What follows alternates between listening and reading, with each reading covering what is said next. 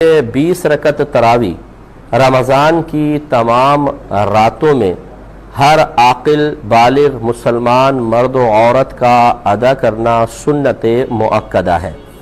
इसका मतलब ये हुआ कि रमज़ान की तमाम रातों में तरावी पढ़नी होगी आखिर तक।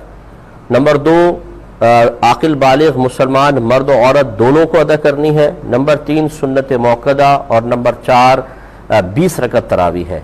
हर आकिल बालिग मुसलमान मर्द और औरत के लिए सुन्नत मुअक्कदा होती है।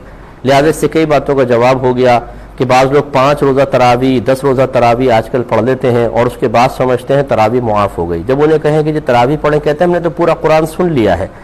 याद रखिए कि जहाँ बाकायदा इमाम मुकर्रर करके जमात हो वहाँ पर एक कुरान का ख़त्म भी सुन्नत मुअक्कदा है।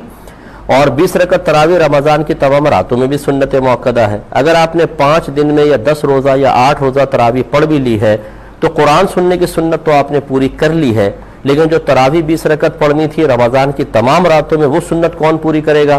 तो ये बड़ी ख़तरनाक सूरत हाल है कि लोग समझते हैं कि हमने कुरान सुन लिया, अब हम पर तरावी मुआफ़ हो गई है और वो अदा नहीं करते हैं, गुनाहगार होंगे। इस तरह पता चला कि ख़वातीन के लिए भी सुन्नत मुअक्कदा है। ये सिर्फ मर्दों की नमाज नहीं है बल्कि बहनें भी अपने घर में 20 रकत तरावी बाकायदा सूरतों से पढ़ेंगी और छोटी छोटी सूरतों के ज़रिए पूरी कर लें। में तरतीब ज़रूरी नहीं है, तब हर रकत में एक दफ़ा अलहम शरीफ और सूरह इखलास पढ़ लें। तमाम रकतों में कोई मसला नहीं है, बिल्कुल कामिलो अकमल नमाज होगी। इसी तरीके से याद रखें कि तरावी की जमात सुन्नत मुअक्कदा अलल किफ़ाया है, यानी अगर मोहल्ले में से चंद लोग भी मस्जिद में आ गए, जमात कायम कर ली तो काफ़ी है। तमाम का मस्जिद में आना या जमात कायम करना लाजिम नहीं है। लेकिन मैं ये कोई तरगीब नहीं दे रहा हूँ कि आप अपने घर में पढ़ सकते हैं, बस हुक्म बयान करना मकसूद है।